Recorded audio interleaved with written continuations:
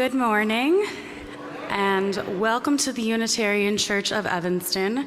My name is Kiley Korey.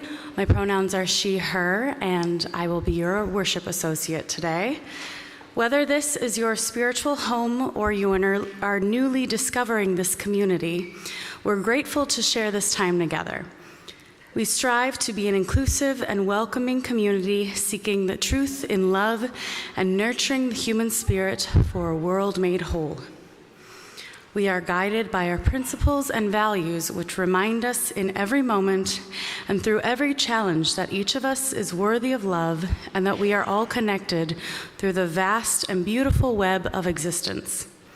We come together to remember our kinship with one another and to hold one another in heart and mind with tenderness and careful attention, and to dedicate ourselves more fully to living our shared values. People of all ages are a welcome and important part of our faith community. We are blessed to have the children in the sanctuary for the first half of every service, and the entire service is for all ages about once a month. The nest in the front is our designated area for families with young children, where we have quiet fidget toys and activities and a kid-friendly order of service. Nursery care is available in room 11 every Sunday. As a part of being a welcoming and inclusive community, we have some information posted on the screen that will help orient you to UCE and our service. We have a few announcements. Ornament Sunday is next Sunday. This is an all-ages event where you can make simple ornaments for the UCE Christmas tree or to take home for your tree. Helpers are needed to staff tables with a craft. Look for the blurb in the newsletter to sign up. And now, let us settle into our shared time of reflection, celebration, and inspiration. As we begin our worship service, those joining us online are invited to gather your chalice as we join in beloved community. Our opening reading is Calling to You by Steve Garnis Holmes. Sit before the ocean and take it in, how it reaches out to you over and over. Notice how the wind moves around you, making space for you. The silence of the morning includes you. The wildflowers in the pasture welcome your looking. The evening breeze moves in and out of you with comfortable familiarity. Strangers in the street carry their wounds and dreams in heavy plastic bags, not knowing what they're waiting for.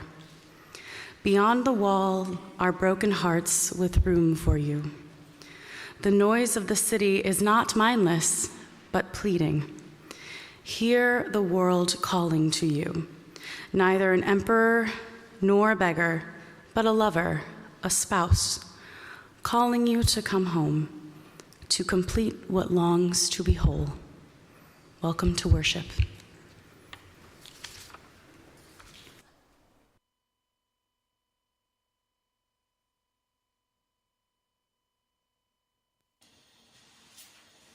We are gonna keep moving though our limbs grow tired.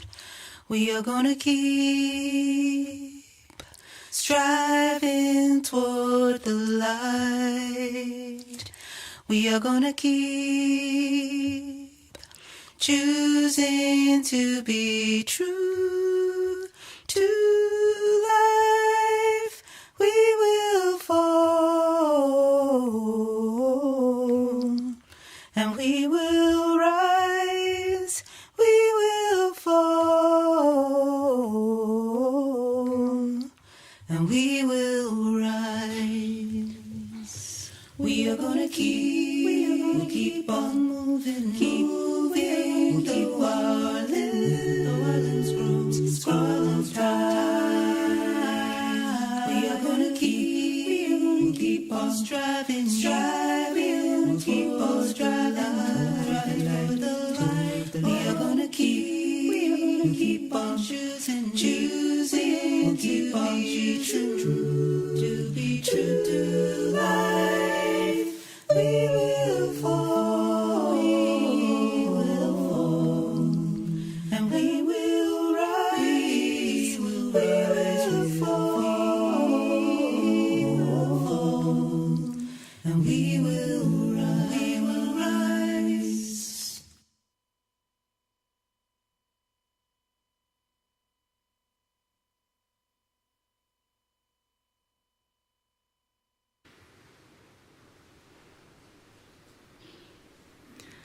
The Unitarian Church.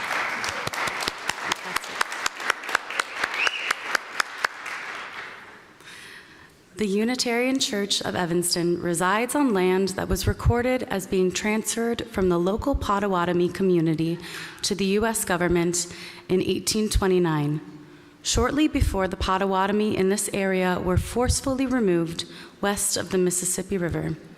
This land was then sold to white settlers.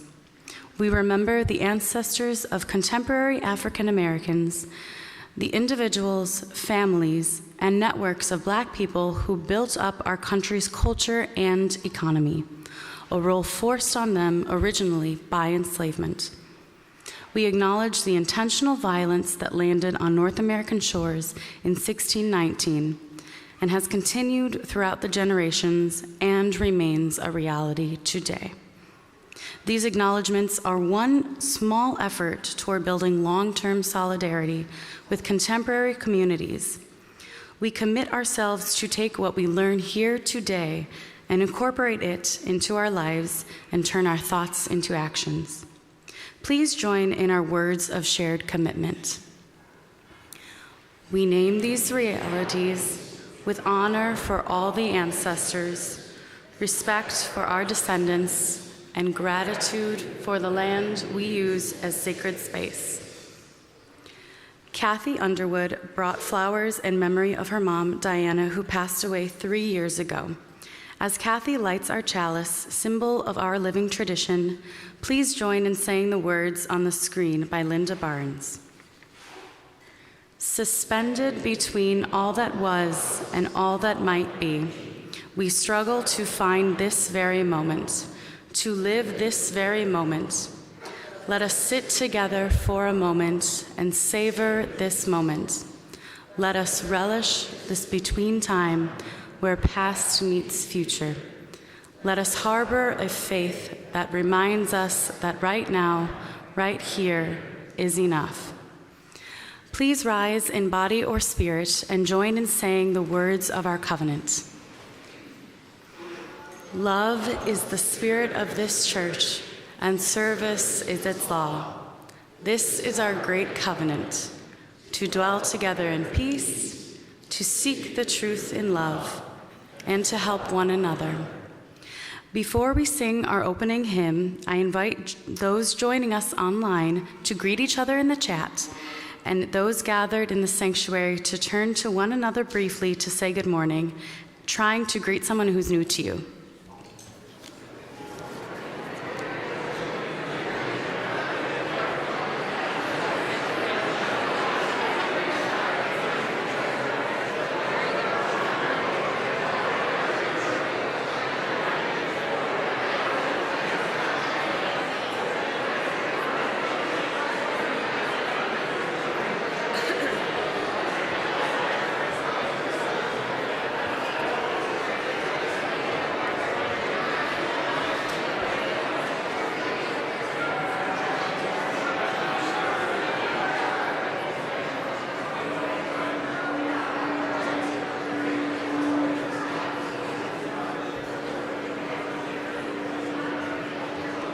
Please stay after the service and continue your conversations. And if you're new to UCE, please stop by the welcome table at the back of the sanctuary. Carolyn Laughlin is there right by the mural to find out more about our congregation and to help you get acquainted.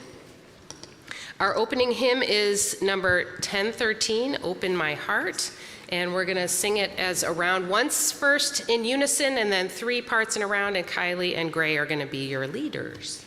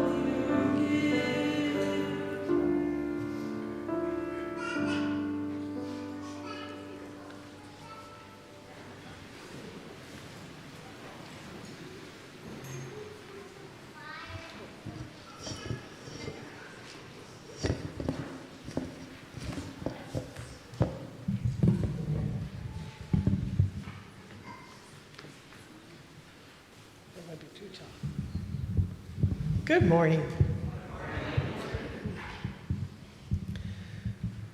So today's time for all ages. I require some assistance of people who, there's a qualification here. You have to be able to read fairly well and speak fairly well. I need 7 people.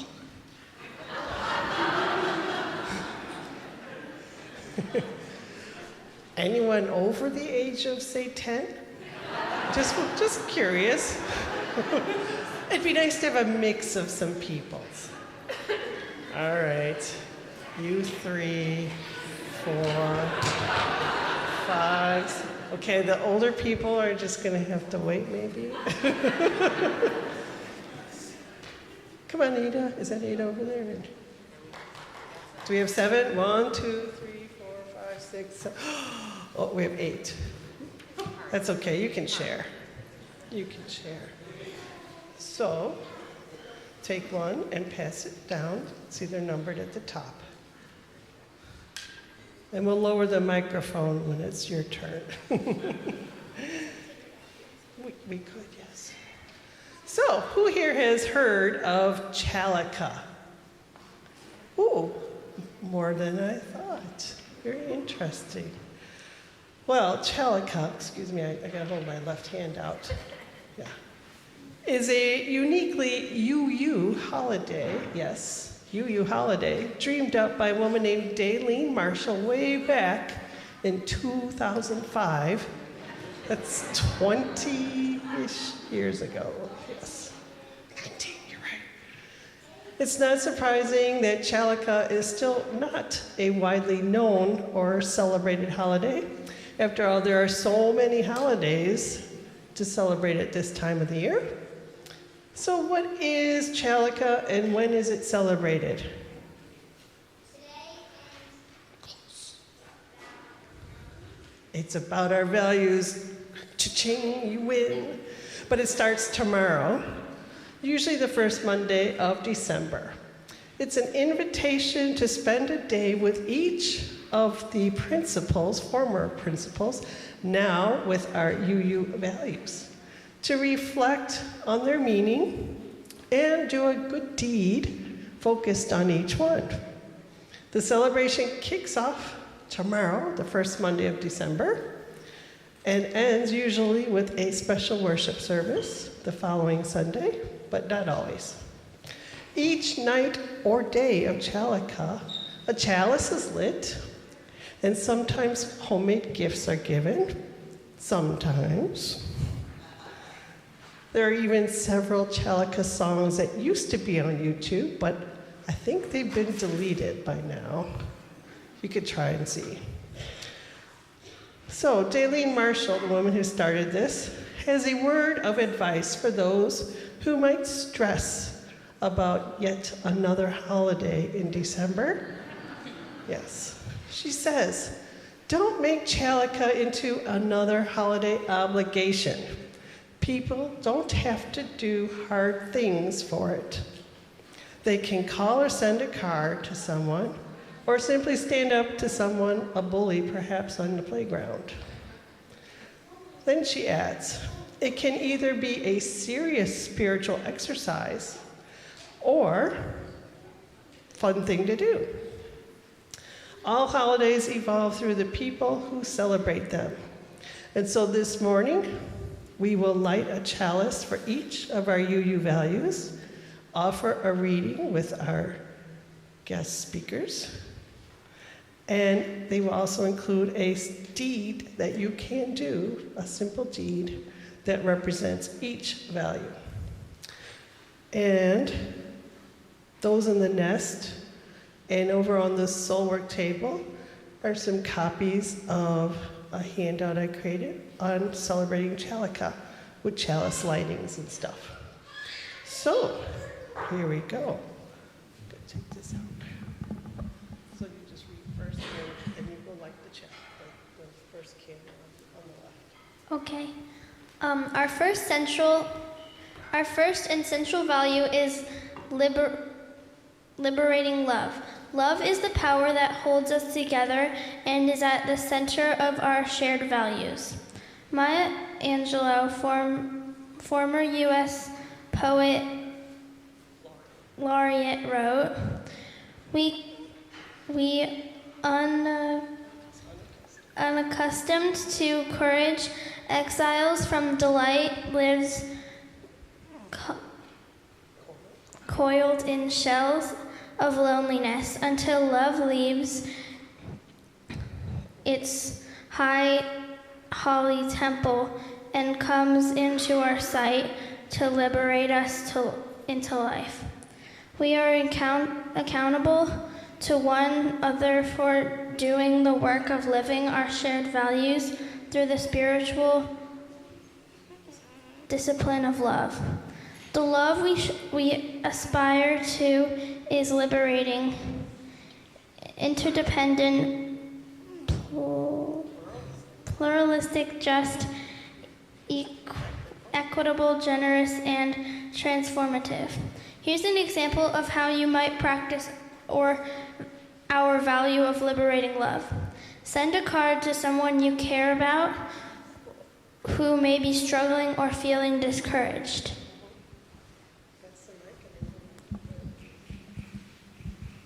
Interdependence. We honor the interdependent web of all existence. With reverence for the great web of all and with humility, we acknowledge our place in it. We covenant to protect Earth and all beings from exploitation. We will create and nurture sustainable relationships of care and respect, mutuality, and justice. We will work to repair harm and damaged relationships. What? Thich Nhat Hanh, the Vietnamese Buddhist monk, taught us we are here to awaken from the illusion of our separateness. One way we can practice our local of interdependence would be to avoid online shopping this holiday season and buy local.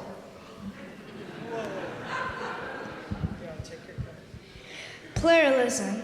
We celebrate that we are all sacred beings, diverse in culture, experience, and theologically. I can't say it. Theology. We covenant to learn from one another in our free and responsible search for truth and meaning. We embrace our differences, commonalities with love, curiosity, and respect. Kasha, Jacqueline Naba Jessera, the Ugandan LGBTI activist, said, "Never walk alone. The moment is bigger than one person, so always bring others on board. Everyone has something to offer the struggle." One way we can practice our value of pluralism would be to strike up a conversation with someone who is from another culture or religion. Justice. We work to be diverse, multicultural, beloved communities where all thrive. We covenant to dismantle racism and all forms of systemic oppression. We support the use of inclusive democratic processes to make decisions within our congregations and association and society at large. Nelson Mandela, the South African anti-apartheid revolutionary, wrote, "Overcoming poverty is not a gesture of charity. It is an act of justice. It is the protection of a fundamental human right, the right to dignity and a descendant life." One way we can practice our value of justice would be to stand up to microaggressions with compassion and care. If you're not familiar with microaggressions, Then read some articles that will help you and identify them when you see them. Transformation. We adapt to the changing world. We covenant to collectively transform and grow spiritually and ethically. Openness to change is fundamental to our Unitarian and Universalist heritages. Never complete and never perfect. Mahatma Gandhi, the leader of the nonviolent movement for liberation in India, said, "You must be the change you wish to see in the world." One way we can practice our value of transformation would be to ask a friend about their beliefs and then deeply listen to them. Then share how it is similar and different from Unitarian Universalism and what you can believe if they are willing to listen to.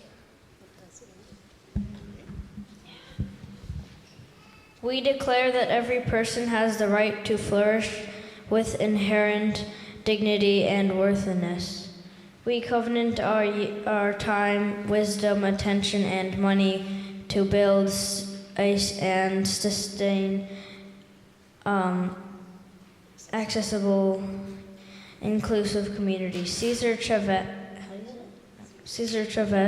American labor leader and civil rights activist, said, We cannot seek achievement for ourselves and forget about progress and prosperity for our community.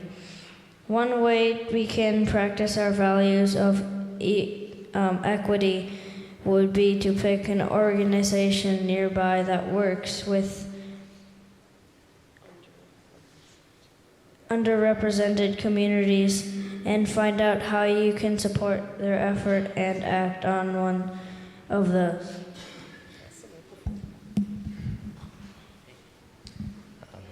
Generosity. We cultivate a spirit of gratitude and hope. We covenant to freely and compassionately share our faith, presence, and resources. Our generosity connects us to one another in relationships of interdependence and mutuality. Albert Einstein, the famous physicist and great thinker, said, 100 times every day I remind myself that my inner and outer life are based on the labors of other men, living and dead, and that I must exert myself in order to give in the same measure as I have received and am still receiving. One way we can practice our value of generosity would be to share your greatest gift, you. Find a way to give yourself that brings joy into the world and to you. Again, in the words of Eileen Marshall, don't make Chalaka another holiday obligation. We strive to live our shared values every day and hope this can be another way to encourage and celebrate that commitment as we enter the holiday season.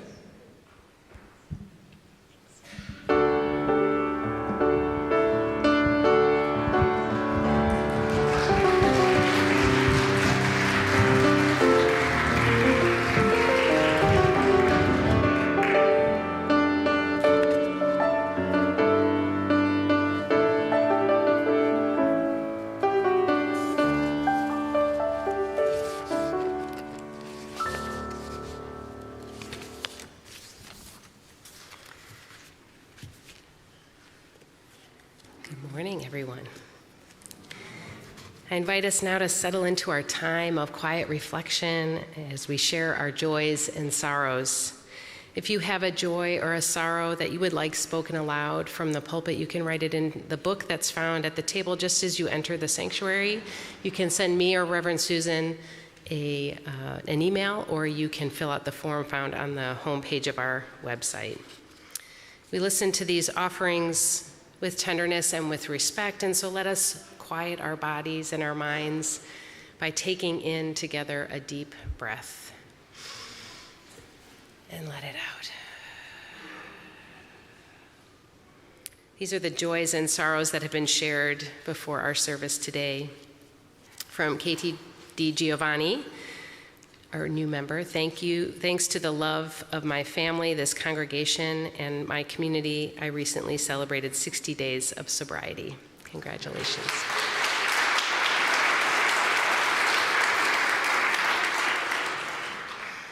And Jean Curl and Ann Figert are grateful for your healing thoughts and prayers when Ann's mom had her recent health scare. She is now much better and home. We were glad to fly to East Texas to hang out with her and the family. So glad that she's okay. Sharing these concerns of the heart is part of the practice of beloved community. Together, we expand our celebrations and we lessen the burden of our grief. And so I invite you to come to one of the tables, either this one at the front or those at the sides, whichever is closest to you, to light a candle if there's a joy or sorrow on your heart. You may also drop a stone into the well of tears. And if you need a candle brought to you, please raise your hand and we will do so.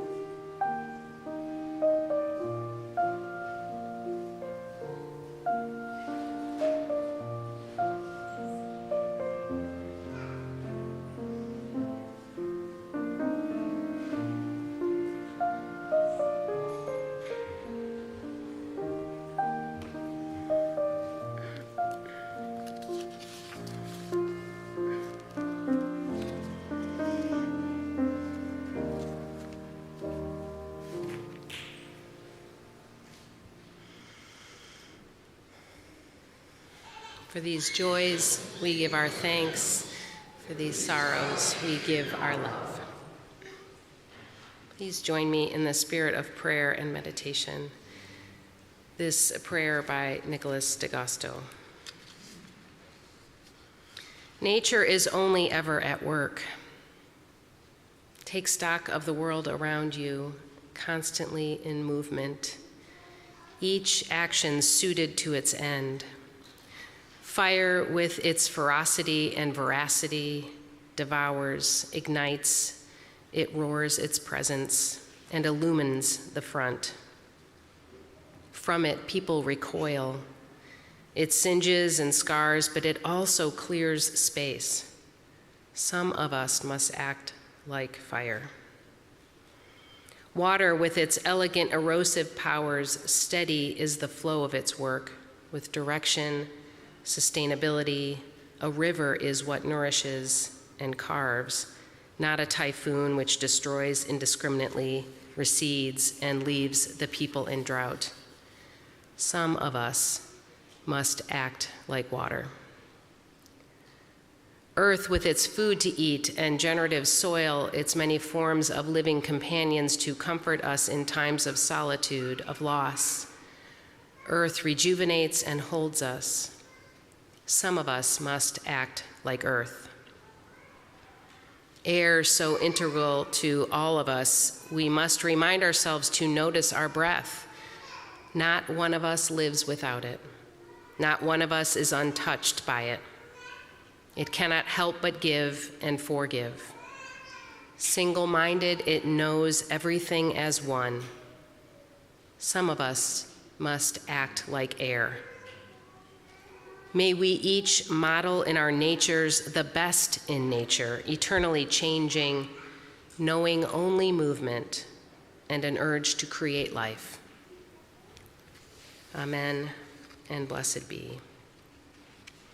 Our sung response is number 352, Find a Stillness. As we sing our response, our young people preschool through 8th grade are invited to head to their faith formation time with their adult leaders.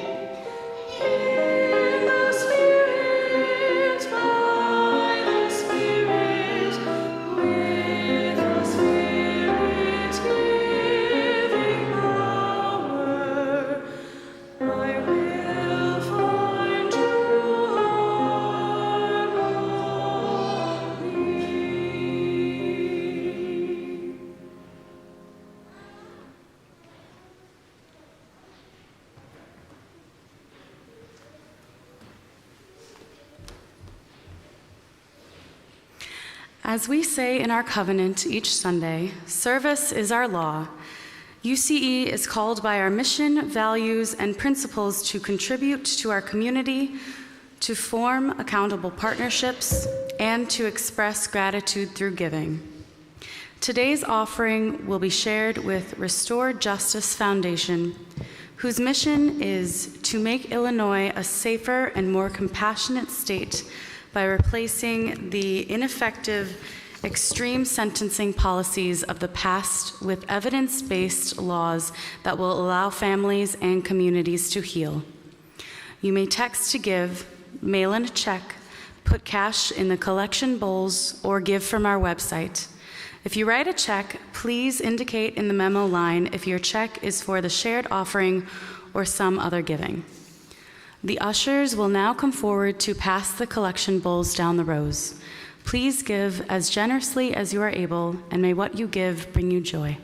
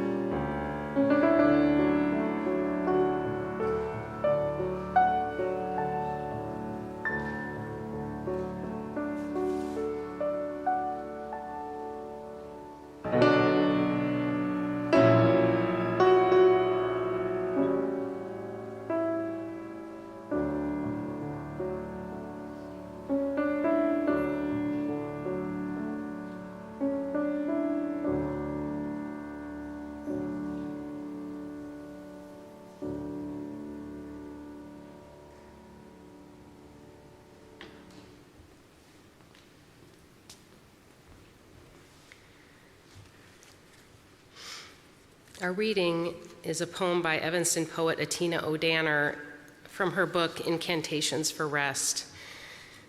She describes herself as an unapologetically Black time-traveling poet activist who dwells in the past to survive the future.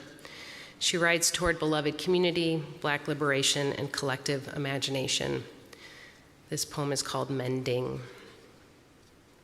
If you are feeling worn thin and riddled with holes, I hope you will take comfort in the fact that much can be mended. Mending comes in many forms, and beware, mending won't make a thing new. You will be the same as what makes you, you. Yourself patched up, pulled together and swiftly sewn. If you've got time for darning, it is work, work, work, tedious as meditation and sometimes as rewarding. Just do what you have time for. My fabric has a lot of holes. I'm grateful for the stars I can see through them, the sunlight warming my blood. I mend some, I leave some, mend some, leave some, patching in remnants of steel wire and my own voice. You deserve. It will be okay. Keep going, keep going, keep going, keep sewing. Truth holds together, and I wear the truth I've told.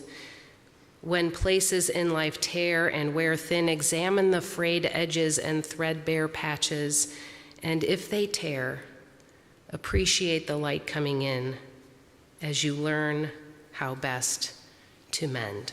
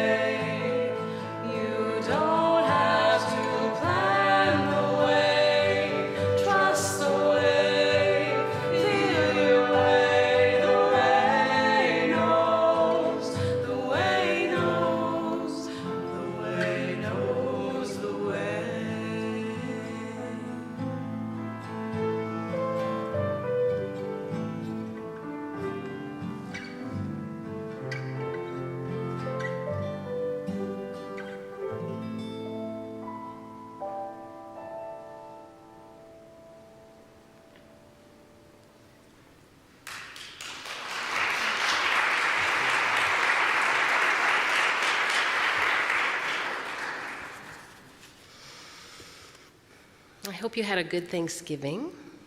I hope it was nourishing and relaxing and connecting and healing and whatever you needed it to be.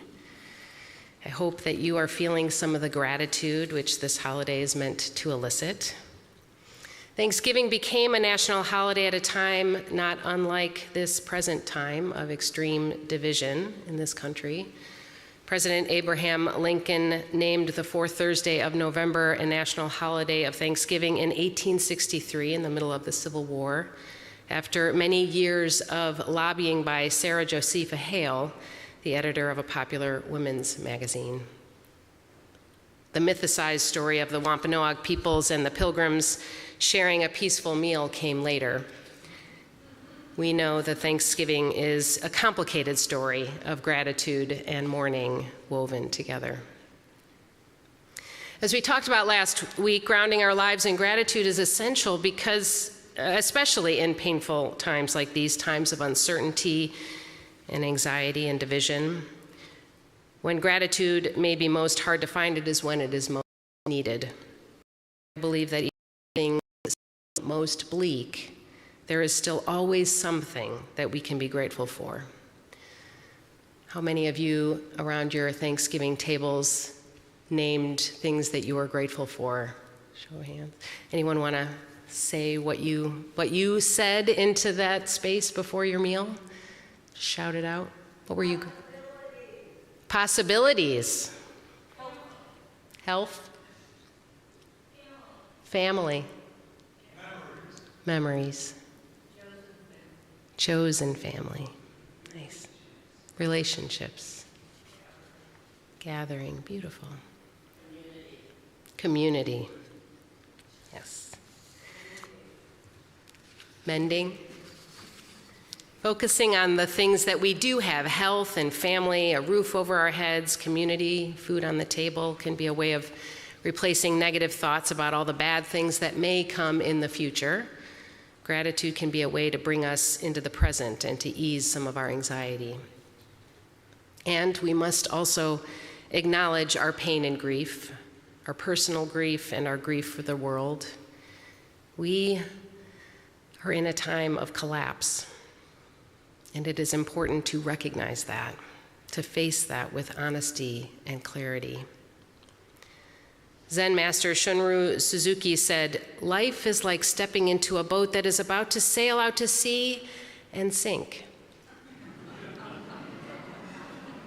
In other words, we are always concurrently living and dying. We are always simultaneously in the middle of collapse and on the verge of new creation. The empire we live in, like all empires will fall, is falling. This can be a terrifying realization or a liberating acknowledgement. It is impossible to know exactly what the collapse of the empire will look like or feel like. It will surely impact people differently. Some will escape, even profit from the worst of the collapse. Others will be buried beneath the rubble. And yet I return again and again to the words of the Greek poet Dinos Christianopoulos, who said, "They tried to bury us, but they didn't know we were seeds."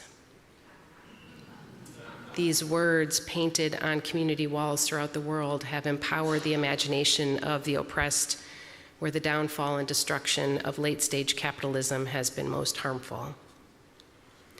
As we brace ourselves for the destruction of the incoming administration, uncertain as we are of exactly how that will take shape, we must honor our grief while knowing it will not be the end of the story.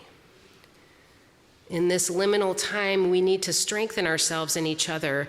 We must invest in hyper-local community as a way of collectively imagining and co-creating the world as we would have it. Some of you shared with me a Washington Post opinion column by political journalist Perry Bacon Jr. titled, "Don't doom scroll about Trump, do these 5 things instead." He named as the second thing, after joining a union where you work, joining a Unitarian Universalist congregation.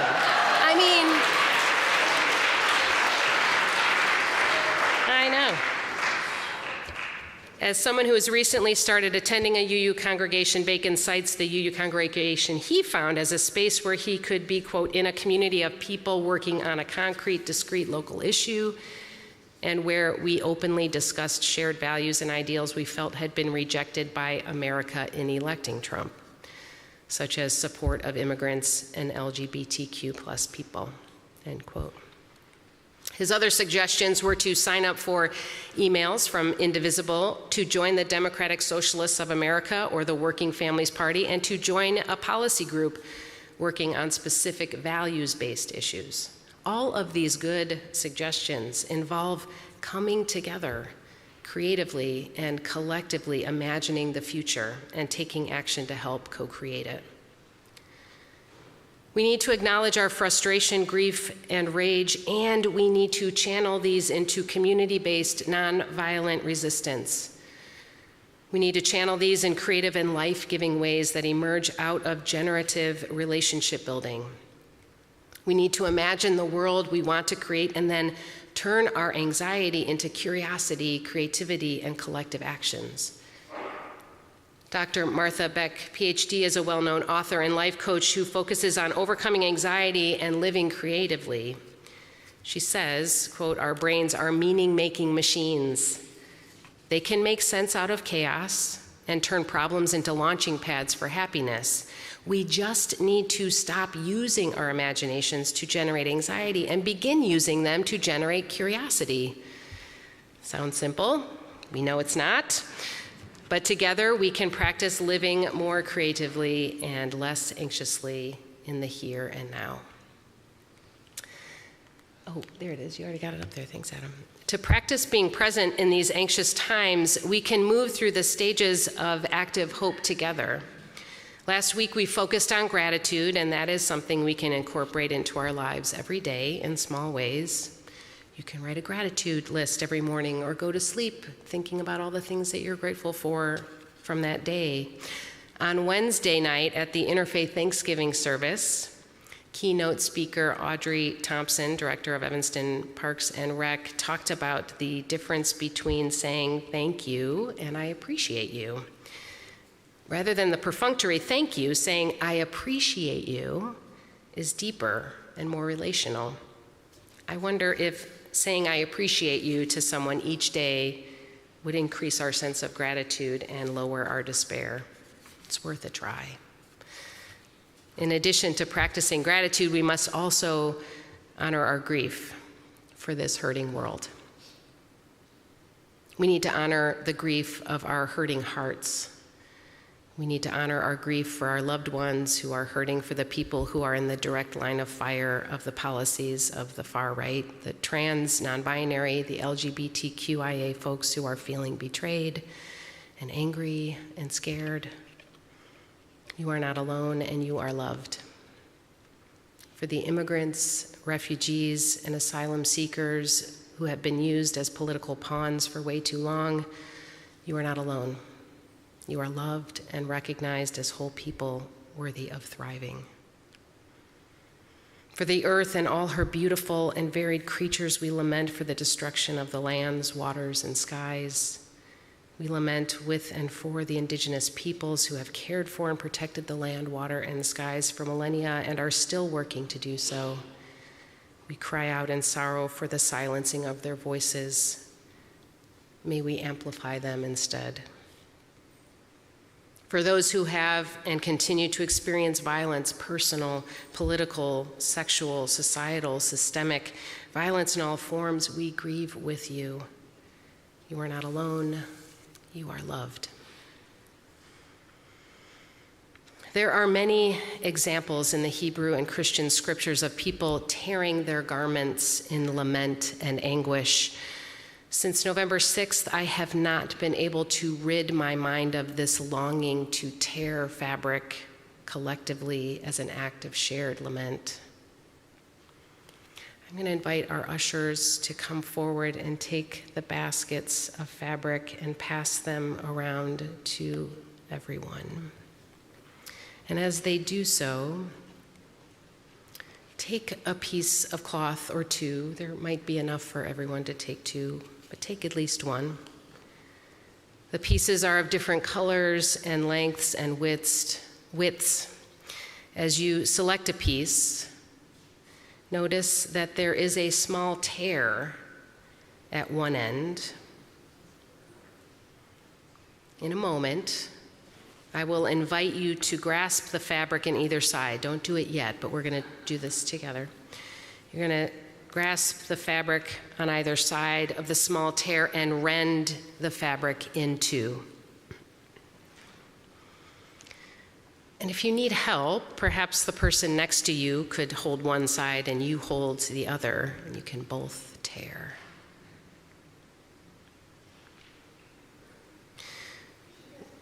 We will tear this fabric to symbolize the rending of the fabric of our society. I have a piece. Thank you, Trudy. You're so thoughtful. We could use some for our musicians, though. We will tear this fabric to symbolize the rending of the fabric of our society. The fabric of our community is torn when we disregard the pain of our siblings. The fabric is torn when we put profits over people, when power is collected into the hands of a few who believe they deserve what they have, and that those who have little simply haven't worked hard enough. The fabric is torn when truth is no longer objective, but is a collection of lies propagated again to profit a few at the expense of the many. The fabric of life is torn when we no longer share a commitment across the globe to protect the earth. Does everybody have a piece of fabric? If you don't, please raise your hand. I see the baskets coming towards the back, but if you don't, raise your hand. Yeah, good. Now that we each have a piece, I invite you to rend it, to feel and express the lament in your heart for all that is torn in our world.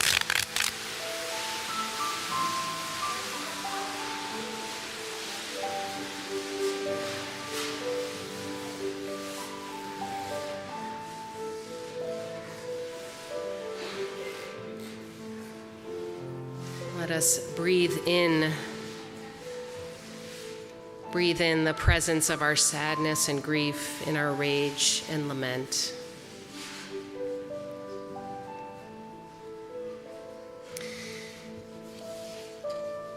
What might we do with the torn shreds? How can we bring the torn pieces of our hearts, of our imaginations, to the communal weaving of something new? Speculative fiction, like that of author Octavia Butler, offers encouragement for us to imagine the world as it could be and to work backward from there in building it. Adrienne Marie Brown, a devotee of Butler and author of Emergent Strategies, wrote, "There is a body of people across the globe whose ancestors organized the world around a few core ideas that are incompatible with human survival on Earth, who imagined themselves as white royalty amongst black and brown masses, who bent policy, economy, and culture to realize this imagined supremacy. And now we are in it, and it is in us. Now we need to be the storytellers of the next phase of the future, and we need to concern ourselves not just with the content of our liberating imaginings, but with how we will imagine together. Here in this faith community, where we are practicing what it means to be beloved community, we have some building blocks out of which we can collectively imagine and begin to build those new worlds. Our shared values and visions point the way for us to move forward. Sorry. There it is. Here in this place, we imagine together a world that is more liberating and loving, a world more just and equitable for all beings everywhere. We imagine a world that is pluralistic, interdependent, transforming, and transformative. We imagine a world of generosity, one in which we give of ourselves and the world responds generously in authentic and accountable relationship. So I invite you to meditate on your torn pieces of cloth for a moment, being present in your body and with your breath in whatever ways you can. And then I will invite you to consider which of our shared values that you want to weave your torn pieces into, creating something new, something beautiful, a symbol of more possibilities that we can create together. Do you want to invest your torn and broken pieces into a more loving and liberated world? Do you want to weave your torn pieces into a community that is more pluralistic or more equitable or more just and transformative? Do you want to weave your pieces into a world more generous and more interdependent? Or what combination of these? Consider what that weaving means to you. And as you weave into the circles, each one representing one of our values, imagine what it would look like to make these values come alive. Start from that possibility, no matter how outlandish and far away your new world vision may seem. And then take the action of creativity and weave. You can weave in whatever way makes sense to you, from the center out or from the outer edges in. Your piece may seem unsecured until another comes along and weaves in tandem with you. Be present and show up and trust and let go of the end results. Be open to what might be possible together. You may not be able to reach the value you want to contribute to. How can you ask for help? You might ask someone to bring you a circle so that you can weave together at your seat. As you move in your own time and pace, we will continue to sing "The Way Knows," and you may join as you are able. Please come forward now and weave your values together.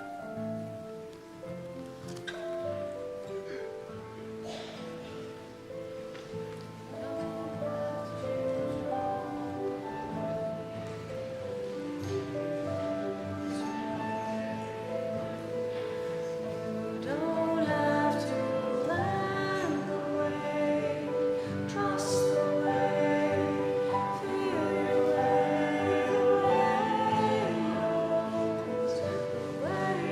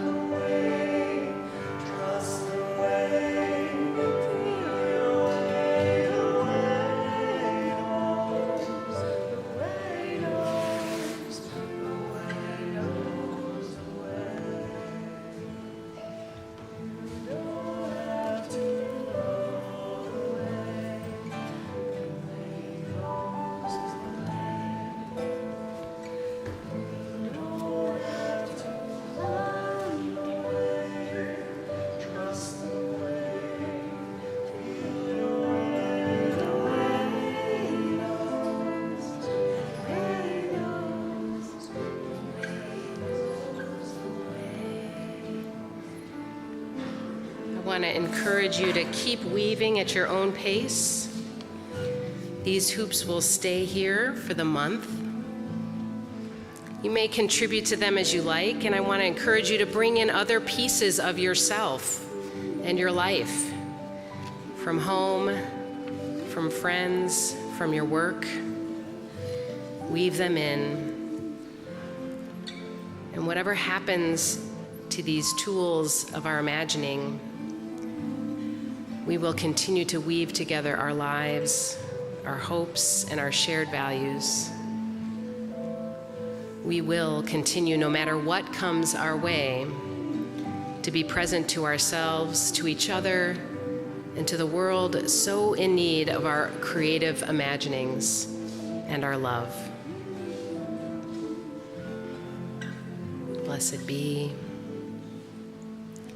May it be so, and may we make it so.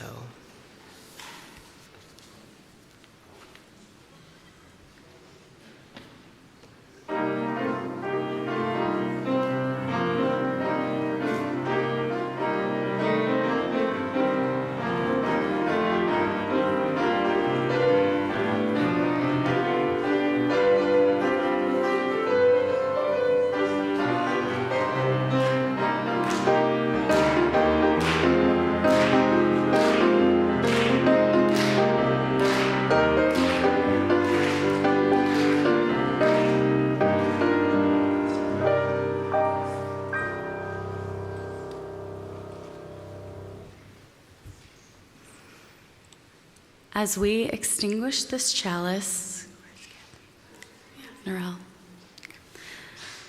please join in saying the words on the screen by the Reverend Elizabeth Sell Jones. We extinguish this flame, but not the light of truth, the warmth of community, or the fire of commitment. These we carry in our hearts until we are together again. Please rise in body or spirit and join in singing our closing hymn, number 318, We Would Be One.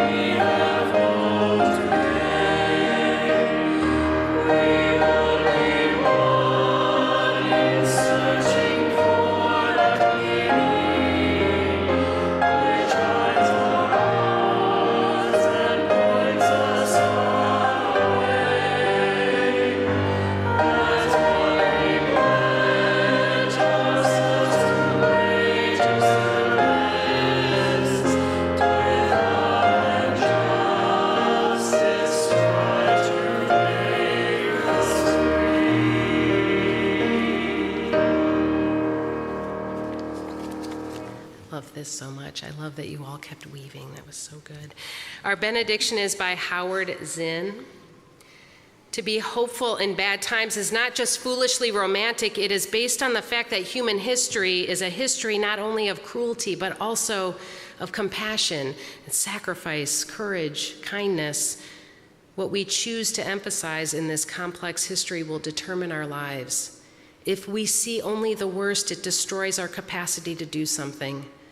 If we remember that those times and places, and there are so many, where people have behaved magnificently, this gives us the energy to act and to at least the possibility of sending this spinning top of a world in a different direction. If we do act, in however small a way, we don't have to wait for some grand utopian future. The future is an infinite succession of presents. And to live now as we think human beings should live, in defiance of all that is bad around us, is itself a marvelous victory. Friends, let us go imagining new worlds and making them real. Amen, and blessed be.